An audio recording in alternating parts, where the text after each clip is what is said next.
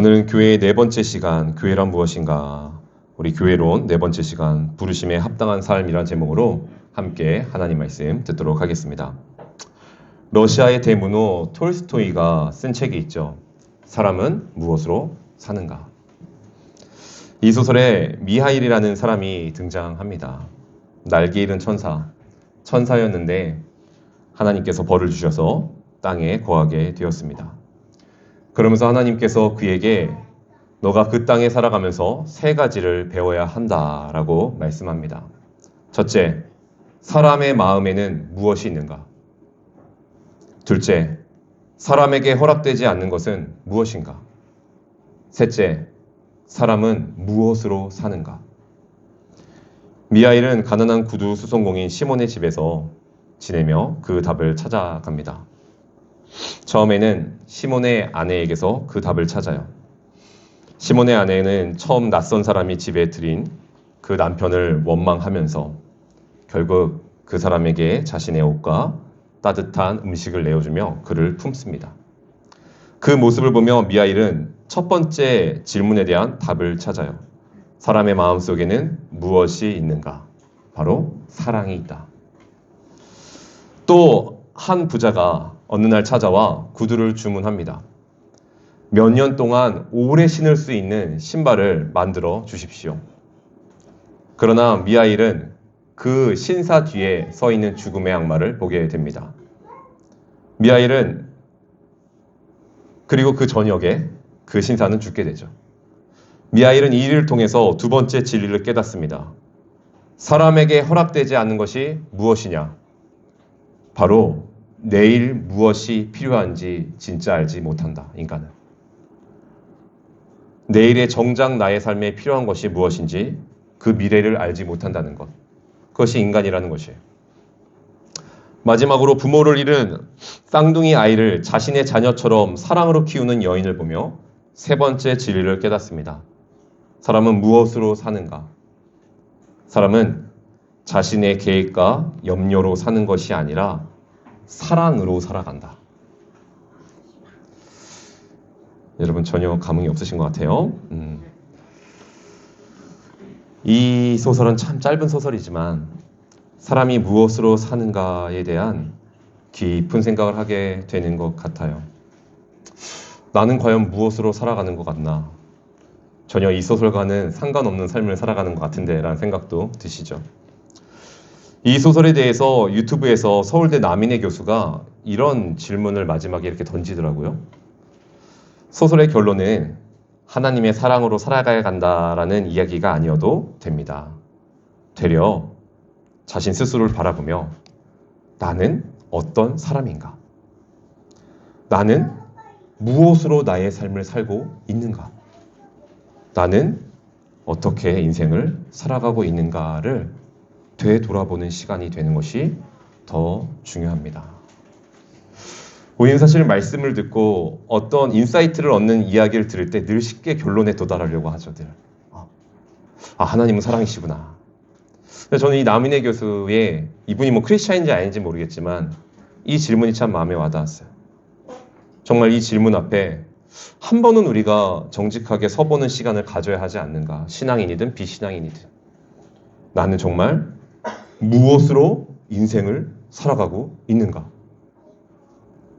나는 과연 어떤 사람인가? 내 속에는 무엇이 있는가? 아마 대부분 이 질문 앞에 그렇게 큰 생각은 갖고 있지 않을 거란 생각이 들어요. 그냥 삶이 그냥 주어졌으니까 삽니다. 젊었을 때는 내가 아이들 키워야 하니까 삽니다. 먹고 살아야 하니까 삽니다. 그러나 이것은 하나님이 우리에게 주신 또 우리의 실존적인 존재, 우리는 모두 다 죽음을 향해 가는 존재라는 사실 앞에 우리의 진정한 목적일 수 없다. 진정 오늘 우리는 무엇으로 살아야 합니까? 여러분, 우리는 정말 무엇을 바라보며 살아가야 하는 존재일까요? 리고렌 목사님의 목적이 이끈 삶의 첫 서두에 이런 질문이 이 답에 대한 도움을 많이 줍니다.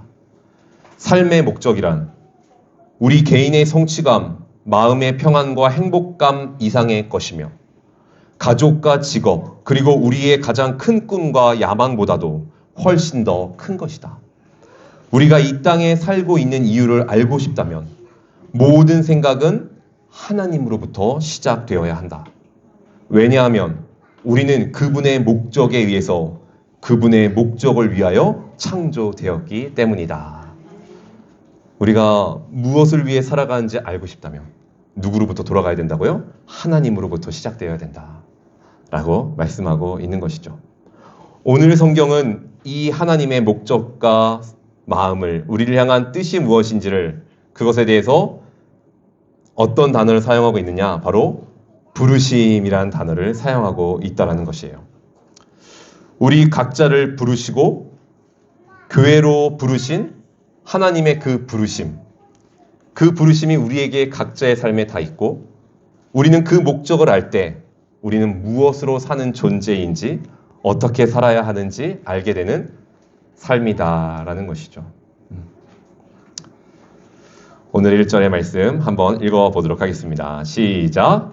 그러므로 주님 안에서 갇힌 몸이 된 내가 여러분에게 권합니다. 여러분은 부르심을 받았으니 그 부르심에 합당하게 살아가십시오. 아멘. 사도 바울은 에베소 교회를 향해 이 편지를 쓰면서 다시 한번 자신이 처하고 있는 처지, 감옥에 갇혀 있고 이 어려운 상황 가운데 있다는 것을 다시 거론하면서 권면합니다. 에베소 교회 사람들에게. 뭐라고 권면합니까? 부르심에 합당한 삶을 살아가십시오. 이 자신의 어려운 처지를 다시 이야기하면서 권면한다는 건 어떤 의미가 있겠습니까? 정말로 간절한 권면이다. 나 지금 감옥에 갇혀 있어. 우리 그렇잖아요. 야, 나 진짜 지금 나 어려운데 너한테 정말로 마음 다해 이야기하고 있는 거야. 그런 것이죠. 사도 바울이 죄송합니다. 그 마음으로 권면하고 있는 것이 무엇이냐? 바로 에베소 교회의 교인들아, 너희의 부르심에 합당한 삶을 살아가라 라고 말씀하고 있다는 것이에요. 하나님이 너희를 부르신 그 부르심에 합당한 삶. 하나님은 우리 각자를 다 뭐 하셨다라는 거예요? 부르셨다는 그 부르심이 우리에게 있다라는 것이죠. 하나님이 우리에게 가장 원하시는 삶, 그것으로 우리를 부르셨을 거예요. 그리고 우리는 오직 뭐만 하면 됩니까? 하나님의 부르심에 네 하면서 따라 살면 되는 것이죠. 우리에게 가장 완벽한 삶이란 하나님의 부르심에 가장 합하여 살아가는 삶. 그 하나님의 부르심에 그저 내 순종하면서 살아가는 삶. 그게 우리의 가장 인생이 무엇으로 살아가는지 가장 적합한 삶일 거예요. 부모가 가장 기뻐할 때 여러분 언제라고 생각하세요? 저는 저희 아내가 가끔 가장 좋아하는 단어다라 하면서 얘기하는 단어가 하나가 있는데 네라는 단어예요. 네. 저는 옆에 있으면서 저게 뭐 이렇게 좋을까 싶은데 그냥 그 단어에 만족해야 합니다. 저거 수건 좀 갖다 줄래? 엄마가 그 아이를 부른 거죠. 그때 네 엄마라고 말하면 그렇게 좋아해요. TV 그만 볼래? 그리고 숙제할래? 네 엄마. 그럼 사실 이거 뭐 대단한 거 아니잖아요. 그렇죠? 그런데 엄마는 그것을 통해 존중받다고 생각하고 있고 사랑받고 있다고 여기게 되는 것이죠. 하나님이 우리에게 원하시는 삶이란 그 부르심 앞에 그냥 그저 네 알겠습니다 하는 심플한 문제일 거란 생각이 들었어요. 그래서 사무엘상 15장 22절에 보면 하나님이 사울에게 원하셨던 거, 사실 그에게 그렇게 막 엄청난 나라를 이끌어달라는 거 그렇게 큰 요구 하나님께서 하지 않으셨을 거예요. 왜? 결국 그 전쟁은 누구 손에 달린 문제이니까? 하나님이 하신 일이잖아요. 그저 사울은 네 하면 되는 문제였어요. 그러나 그러지 못했죠. 그래서 사무엘이 이렇게 말을 하죠. 사무엘상 15장 22절에 사무엘이 나무랐다. 주님께서 어느 것을 더 좋아하시겠습니까? 주님의 말씀에 순종하시는 것이겠습니까? 아니면 번제나 화목제를 드리는 것이겠습니까? 사울 잘 들으십시오. 순종이 제사보다 낫고 말씀을 따르는 것이 순양의 기름보다 낫습니다. 그 부르심에 네 하는 삶. 사도 바울은 에베소 교회에게 하나님이 가장 기뻐하시는 방법을 지금 알려주고 있어요. 그 부르심에 합하여 살아가라. 여러분, 그럼 그 부르심은 어떤 부르심이었을까요? 학생에게는 공부하는 것이 학생의 부르심이겠죠. 에베소 교회의 부르심은 무엇이었을까요? 그 에베소 교회 안에 에베소서 1장에서부터 보면 여러 가지에 대한 부르심이 나와요. 제가 다 찾아보니까 이런 단어들이에요. 흠 없는 거룩한 백성으로 부르셨다. 하나님의 자녀로 너희를 부르셨다. 하나님의 백성으로, 찬양하는 자로, 교회로 너희를 부르셨다. 새 생명으로 하나 된 존재로 너희를 부르셨다. 한 세 사람으로 부르셨다. 하나님의 시민 가족으로 부르셨다. 참 생명의 이름을 받은 자로 부르셨다라고 에베소서에서는 이야기하고 있어요. 즉, 어떤 부르심이라고 정리할 수 있을까요? 바로 에베소 교회를 향한 부르심은 하나의 몸을 이루어가는 하나의 존재적 교회가 되는 것. 바로 교회로 너희를 부르셨다라는 것이에요. 에베소서의 중요한 부분입니다. 하나적 존재로 한 몸으로 너희를 부르셨다. 여러분, 에베소 교회를 이렇게 부르셨다라는 것이죠. 여러분 어떠세요? 여러분 교회를 오래 다니셨지만 혹시 하나의 몸을 이뤄가는 하나적 존재로 나를 부르셨다라는 생각 해보신 적이 있으십니까? 우리는 주로 나를 선교사로 불렀다. 나를 목사로 불렀다. 장로로 불렀다. 라는 이야기는 우리가 많이 하지만 한 몸을 이루어가는 교회적 존재로 나를 불렀다. 낯설죠. 그러나 여러분, 에베소서에서는 분명히 말씀하고 있어요. 우리를 개인으로 부르셨을 뿐만 아니라, 개인의 사명으로 부르셨을 뿐만 아니라 교회적인 한 몸 공동체로 부르셨다라는 그 부르심이 우리에게 있다라는 것. 여러분, 제가 저번 시간에 말씀드렸어요. 십자가의 구원은 우리를 개인의 구원에 주신 그 은혜도 있지만 십자가의 은혜는 또 하나 둘로 나눠져 있던 담을 허무시고 한 세 사람, 즉 교회를 만드신 것도 십자가의 은혜였다. 여러분 기억하셔야 됩니다. 이게 바로 에베소서 2장 14절의 말씀이에요. 그분은 유대 사람과 이방 사람 사이를 가로남는 담을 자기 몸으로 허무셔서 원수된 것을 없애시고 이 둘을 자기 안에서 하나의 세 사람으로 만들어서 평화를 이루시고. 여러분, 십자가가 우리의 개인의 구원만 준 게 아니에요. 하나의 세 사람이라는 것은 교회적 존재로 우리를 만들었다는 거예요. 여러분, 교회는 사람들이 모여서 만들어진 공동체가 아니에요. 예수 그리스도의 십자가가 만든 공동체가 바로 교회인 것이죠.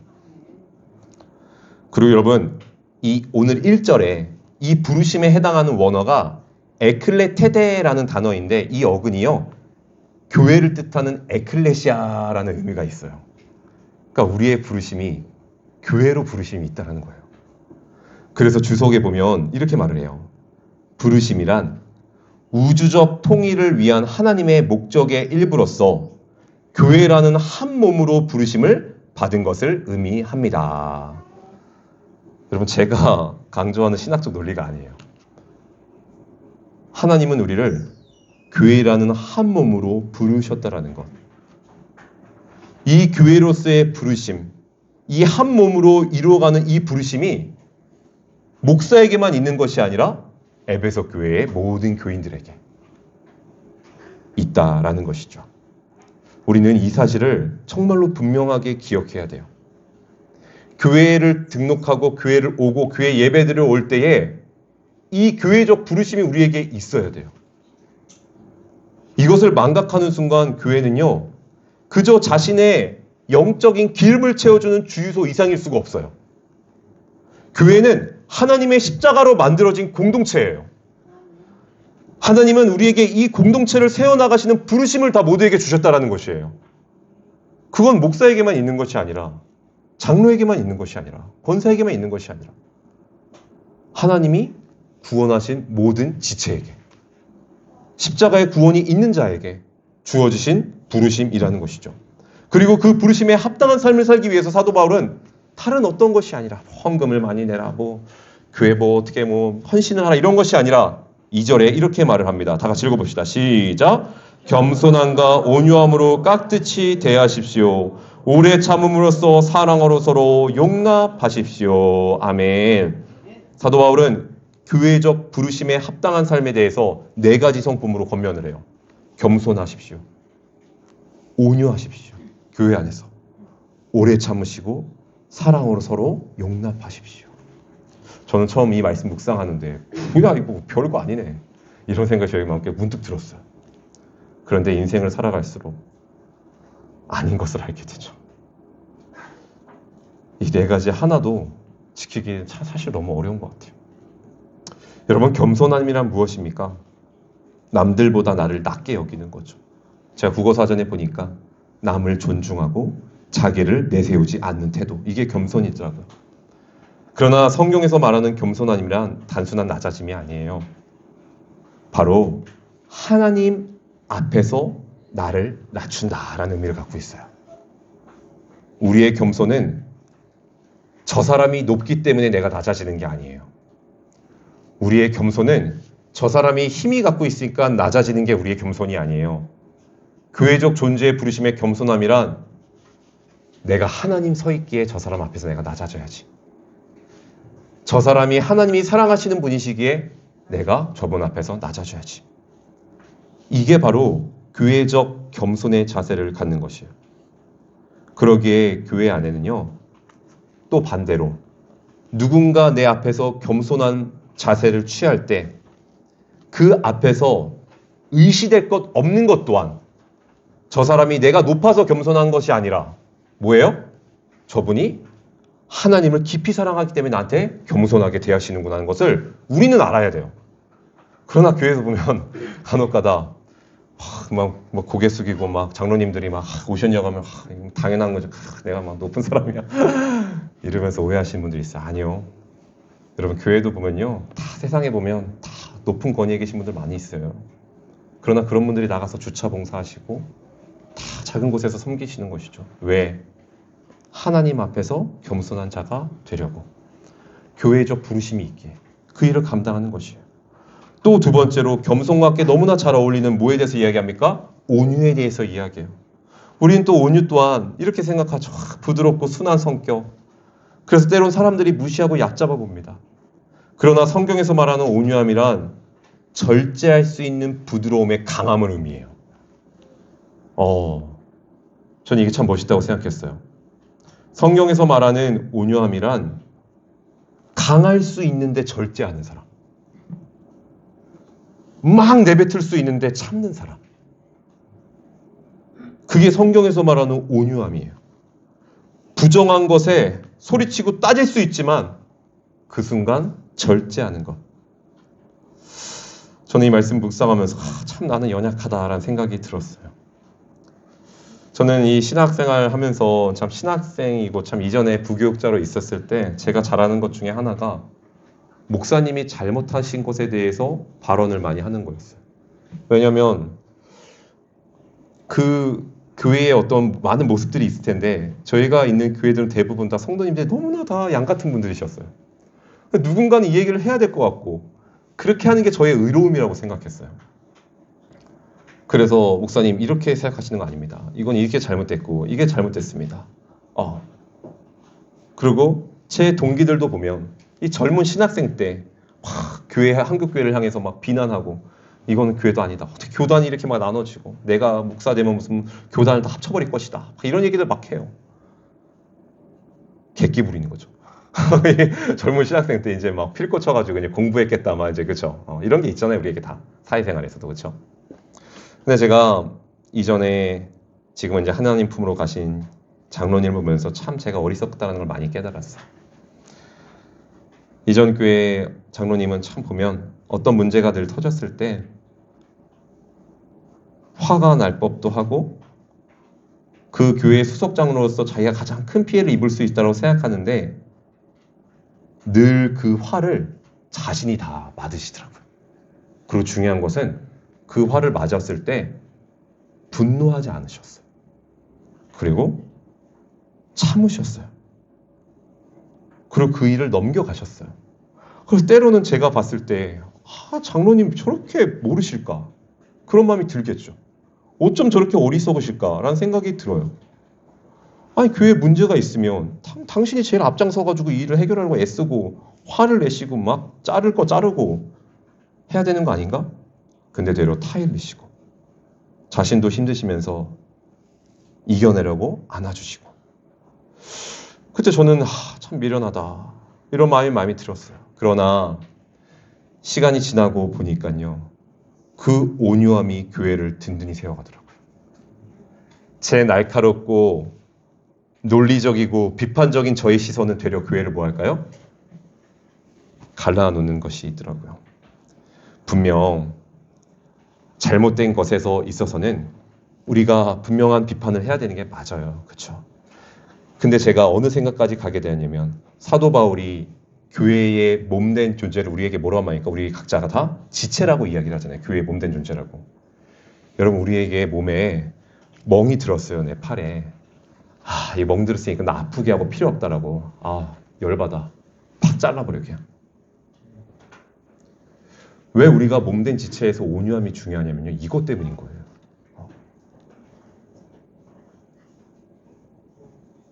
잘라버리면 안 되죠. 때로는 뭐 해야 돼요? 참아줘야 할 때가 있는 거예요. 기다려줘야 하고. 그래서 제가 어떤 글에 보니까 이 겸손함과 온유함을 이렇게 표현하더라고요. 배가 정착할 때 배가 망가지지 않도록 배 옆에 달려있는 타이어. 이게 온유함이다. 이 타이어가 없다면 어떻게 됩니까? 정착하려는 순간 부딪혀 다 파손돼 버리겠죠. 우리가 이것을 원하는 것은 아니잖아요. 그렇죠? 그때 그 배를 보호하는 것 그것은 바로 타이어와 같은 그 온유함이 교회를 때로는 보호할 수 있는 거예요. 그래서 이것을 교회 안에서 서로 뭐라고 말합니까? 깍듯이 대하라 라고 이야기해요. 개역개정에서는요. 모든 겸손과 온유로 하라라고 번역합니다. 모든 겸손과 온유로. 이게 어떤 의미일까요?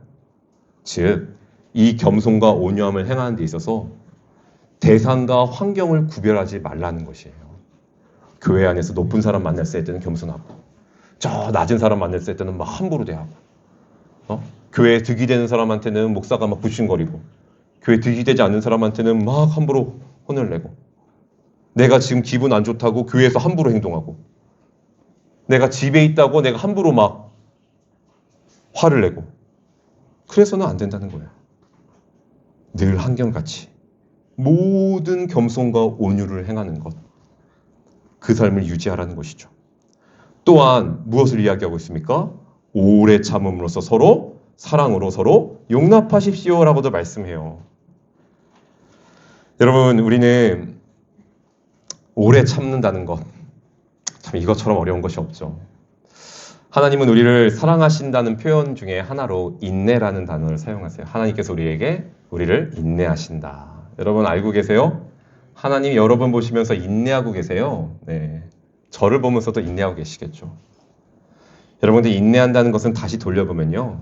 정말로 사랑한다는 의미예요. 우리 저 뒤에 우리 아이도 있지만 밤마다 얼마나 울겠습니까? 그러나 부모가 뭐합니까? 인내하며 참죠. 왜? 사랑하니까. 부모의 사랑을 극명하게 나타나는 부분은 저는 인내라는 생각이 들었어요. 다른 사람이었으면 아마 바로 그 자리 가서 멱살을 잡을 텐데 부모니까 사랑하기 때문에 그래서 여러분 사랑장의 첫 번째 사랑의 특징이 뭐예요? 그래서 사랑은 오래 참고 그래서인 거예요. 교회 안에 우리의 부르심은 오래 참는 것도 있다. 여러분 오래 참으십시오. 그게 우리의 부르심입니다. 목회자도 모이면 목사님들 그래요. 오래 참으십시오. 속이 문드러지죠. 그만큼 어려운 것이에요. 사랑하는 여러분 그런데 우리가 이 인생을 어떻게 여기까지 올 수 있었는가라고 생각해 보면요. 가장 큰 이유가요. 하나님이 우리를 오래 참아주셨기 때문에 여기까지 올 수 있었던 것이에요. 그리고 내 가족, 나와 함께 해준 공동체가 옆에서 인내해 줬기 때문에 나의 그 더러운 치부 다 보면서 내 부끄러운 모습들, 내 연약한 모습들 다 참아가면서 그 자리에서 버텨줬기에 우리가 지금 여기 있을 수 있는 곳이에요, 여러분. 내가 잘나서 있는 게 아니에요. 이것을 우리는 반드시 기억해야 돼요. 누군가 나의 부끄러움을 참아줬기에 우리가 지금 이 자리에 있는 것이에요. 그 부끄러움을 참고 나를 받아줬기에 우리가 여기 서 있는 것입니다. 그 오래 참음과 함께 나오는 것이 용납하다라고 또 이야기해요. 오래 참으면서 그 결론은 이제 그를 용납하게 되는 것이죠. 여러분, 용납한다는 것은 이 원어가 아네코메노이라는 단어로요, 여러분. 그대로 그 사람을 받아들이다라는 의미가 있어요. 여러분, 우리가 그 사람을 사랑한다는 것은요, 그 사람을 고쳐서 사랑할 수 있는 게 아니에요. 그 사람을 그냥 그대로 받아주는 게 진정한 사랑인 거예요. 그리고 이 재미난 것이 이 단어의 형태가 좀 길어요. 현재 명령원 분사 중간태라는 형태를 갖고 있어요. 즉 무슨 말이냐? 우리는, 여러분, 교회로 부르신 우리는요, 언제나 계속해서 용납해야 하는 의무를 자원해서 가져야 하는 존재라는 거예요, 우리가. 여러분, 참 교인 되기 어렵죠? 교회 되기.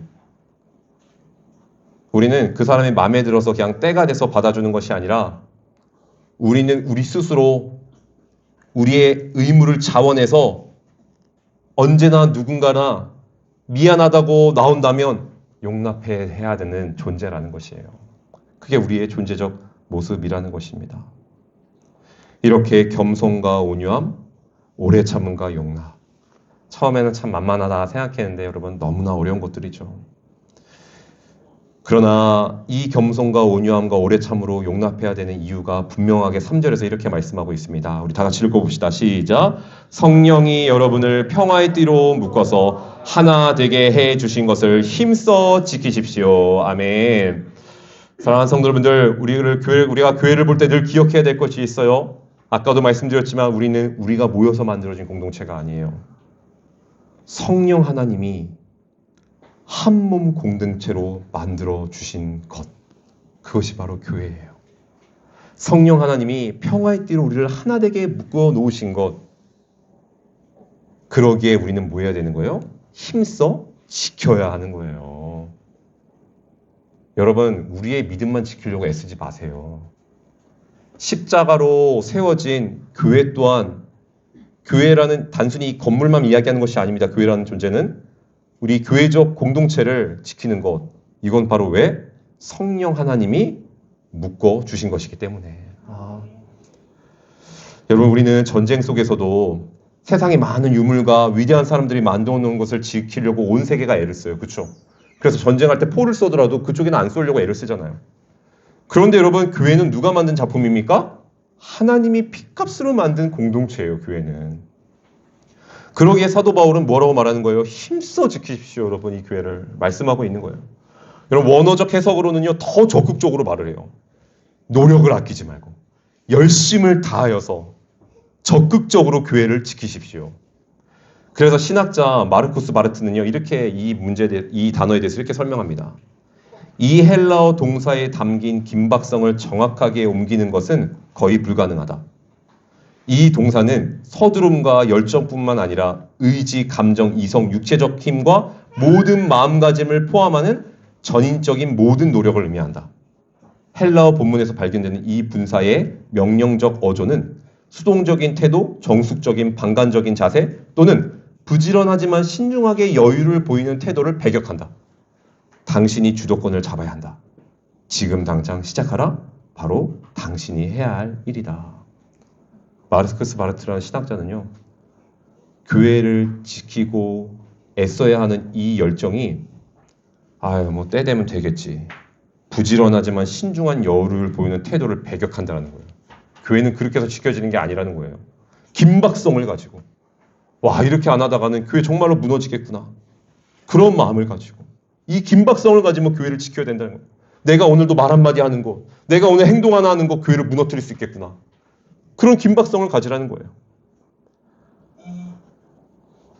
그러면서 4절에서부터 6절까지 사도 바울이 이 성령께서 하나 되게 해주신 것이 어떤 의미인지, 그것을 삼위 하나님의 하나됨이라는 주제로 이 문제를 가지고 와요. 이게 엄청난 것이죠. 그래서 하나다라는, 이 교회가 하나다라는 의미를 7번이나 반복하면서 삼위 하나님의 목적이 바로 교회가 하나 되리라는 것을 계속 강조하고 있습니다. 우리 한번 마지막으로 4절에서 6절까지 한번 읽어보겠습니다. 시작! 그리스도의 몸도 하나요, 성령도 하나입니다. 이와 같이 여러분도 부르심을 받았을 때에 그 부르심의 목표인 소망도 하나였습니다. 주님도 한 분이시요, 믿음도 하나요, 세례도 하나요, 하나님도 한 분이십니다. 하나님은 모든 것의 아버지시요, 모든 것 위에 계시고 모든 것을 통하여 계시고 모든 것 안에 계시는 분이십니다. 아멘. 그렇죠. 우리가 믿고 따르는 주님도 오직 몇 분이십니까? 저와 여러분과 다른 주님 믿고 계십니까? 한 분이시죠. 우리가 믿는 믿음, 그 믿음이란 말씀인데 그 복음도 오직 뭡니까? 하나죠. 예수 그리스도 외에 다른 복음이 우리 가운데 있습니까? 없어요. 세례도 하나예요? 여러분 다른 세례 받으신 분 있습니까? 다 성부, 성자, 성령의 이름으로 다 세례를 받으셨어요. 그게 우리의 존재라는 것이죠. 6절에 하나님도 한 분이세요. 하나님은 삼위 하나님이시지만 어떤 한 분이십니까? 한 분 하나님이세요. 태초전부터 삼위 하나님은 완전한 연합으로 단일의 다름도 없이 완전한 존재로 하나이신 분이세요. 우리가 이것을 믿는 것을 삼위일체 신앙이라고 하죠. 그 하나님은 어떤 하나님이세요? 모든 것 위에 계시고 모든 것을 통하여 계시고 모든 것 안에 계시는 하나님이세요. 저에게도 있고 여러분에게도 있고 모든 것 안에 계시다는 것, 즉 모든 것이 다 그로부터 창조됐다는 의미예요. 그리고 모든 것이 다 그로부터 다스림을 받고 있다는 것이에요. 이 사실을 믿으십니까? 하늘에 나는 새도 그분의 뜻과 다스림을 받고 있어요. 여기서 벗어날 수 있는 존재는 없어요. 그래서 로마서 1장 20절에 보면 창세 때로부터 그의 보이지 아니하는 것들, 곧 그의 영원하신 능력과 신성이 그가 만드신 만물에 분명히 보여 알려졌나니. 모든 것에 하나님의 영광이 담겨져 있어요. 한 하나님의 영광이 다 담겨져 있어요. 모든 것이 다 하나님의 작품인 것이에요. 그러기에 우리는 절대로 둘릴 수가 없어요. 뭐예요? 오직 하나의 존재라는 것이죠. 한 사람이 많은 미술을 그렸어도 그것은 곧 하나인 것이죠. 왜? 그 화가로부터 나왔기 때문에. 그러나 우리는 온 우주를 하나님의 손길로 하나로 만드셨음을 그래도 믿지만 예수 그리스도가 머리신 교회가 하나님은 잘 믿지 못하는 것 같아요. 그래서 어떻습니까? 교회가 하나라는 마음을 갖지 않아요. 그러니 이 부르심에 힘쓰지 않아요. 내가 왜 굳이 겸손해야 되고 내가 왜 굳이 온유해야 되냐? 가치 없는 일이라 여깁니다. 예배하고 헌금하는 일이 더 중요하지 온유함과 겸손함은 없어요. 사랑으로 용납하지 않습니다. 조금만 차이 갖고 약점이 있으면 물어야 하고 굴복시켜야 돼요. 그 결과 지금 한국 교회가 된 거예요. 여러분 지금 전 세계 그리스도인들이 한국 교회를 더 걱정해요. 여러분 건물이 작아서, 건물이 없어서, 대형 교회가 없어서 걱정합니까? 아니에요. 한 몸을 힘써 지키지 않고 나눠져 있기 때문에 걱정하고 있어요. 지금 20대 청년들 교회 다니는 비율이 10명 중에 1명꼴이래요. 저희 교회도 1명 있잖아요. 교회 절반 이상은 이제 60대 이상 초고령 교회 종교가 되었습니다. 개척교회들 생기는 즉시 다 무너지고 있어요. 왜 한국교회 젊은이들이 사라지고 교회들이 이렇게 어려움을 겪고 있을까요? 여러 가지 이유가 있을 수 있겠지만 교회가 작아서, 교회가 행사를 못해서, 교회가 주일학교가 없어서 떠나는 것이 아니에요. 성령이 하나 되게 하신 이 교회를 힘써 지키는 모습을 다 한 번도 보지 못했기 때문에. 그렇기 때문에 이 교회가 하나님이 세우신 교회라고 생각하지 않는 거예요. 그러니 가나안 성도가 500만이 넘는 한국 교회가 된 거죠. 이 교회 갔다가 저 교회 갔다가. 사랑하는 성도 여러분들, 우리에게는요 교회를 향한 부르심이 있다는 것, 그것은 성령이 하나 되게 하신 거라는 것을 여러분 아셔야 됩니다. 그리고 그것을 우리는 뭐 해야 됩니까? 힘써 지켜야 될 부르심이 우리에게 있는 거예요. 사랑하는 우리 귀한 아이들, 저 초등부 아이들, 여러분에게도 부르심이 있어요. 어떤 부르심이요? 교회를 지키고 하나 되게 하는 부르심이 여러분에게 있어요. 그러니까 예배 시간에 잘 앉아 있어야 돼. 막 이렇게 빨대 불고 앉아 있고 막 이러면 안 되죠. 교회는 소중한 것이니까. 하나님이 하나 되게 하신 것이니까. 신앙을 지키기 너무나 어려운 시대에 살고 있습니다. 폴 워셔 목사님이 이런 설교를 하셨어요. 만일 당신이 하루에 16시간씩 깨어 있다면 당신은 세상과 16시간 동안 싸우고 있는 것입니다. 세상의 말을 듣고 세상의 영향을 받고 있는 것입니다. 16시간 동안 만일 하나님의 말씀과 충분한 시간을 보내지 않는다면, 만일 기도에 쏟지 않는다면, 교회의 공동체들과 함께 보내는 시간을 갖지 않는다면 결코 세상을 이기지 못할 것입니다. 그러니 당신의 시간을 기독교 방송이나 보면서 거기서 힐링을 하고 힘을 얻으려 하지 마십시오. 그런 눈속임과 같은 은혜를 찾지 마십시오. 그것들은 세상을 이기게 할 힘이 없습니다. 무엇을 찾나요? 당신이 필요한 것은 하나님의 말씀을 공부하고 능력을 위해 기도하며 공동체 원들과 믿음의 교제를 하는 것입니다. 지역 목회자가 여러분의 영혼을 돌보도록 하고 하나님의 말씀을 설교하는 목회자의 건의 아래 머무는 것입니다. 이것이 세상을 이기기 위해 필요한 것입니다. 사랑하는 여러분들, 골로새서 3장 14절 15절에서 이렇게 말씀하고 있습니다. 이 모든 것 위에 사랑을 더하라. 이는 온전하게 매는 띠니라. 그리스도의 평강이 너희의 마음을 주장하게 하라. 너희는 평강을 위하여 한 몸으로 부르심을 받았느니 너희는 또한 감사하는 자가 되라. 교회가 서지 못하면 우리는 질 수밖에 없습니다. 교회의 다스림 없이, 성령의 평화를 띠를 두신 교회의 공동체의 소중함 없이는 우리는 16시간 동안 주중에 살아간 삶 가운데 여러분 절대로 승리할 수 없습니다. 여러분 승리한다고 착각하는 거예요. 교회에 마음 쏟지 않으면서, 교회 공동체로 살아가지 않으면서, 교회 다스림을 받지 않으면서 내가 승리하고 있다? 그건 속임이에요. 하나님께서 십자가로 세우신 교회는 우리를 지키기 위해서 있는 것입니다. 성경적 교회의 마지막 부분을 읽고 설교를 마치도록 하겠습니다. 서로를 귀히 여기고 자신을 낮추는 겸손과 다른 사람에 대해 부드럽고 친절하게 대하는 온유가 우리의 모습이 되어야 합니다. 다른 사람의 약점을 잘 받아주고 잘못이나 실수에 오래 참고 항상 서로를 지체와 가족으로 받아들여주고 함께 살아가는 용납함이 교회적 삶의 근간이 되어야 합니다. 이 모든 것을 사랑으로 행할 때 우리는 드디어 부르심에 합당하게 행하는 교회적 존재가 되는 것입니다. 여러분 한 주간 살아가면서 여러분 앞으로 교회를 생각하실 때에 이 마지막 권면을 잊지 않고 교회의 한몸 공동체로서 교회를 세워나가는 저희 여러분 되기를 주님의 이름으로 축원드리겠습니다. 우리 이 찬양 함께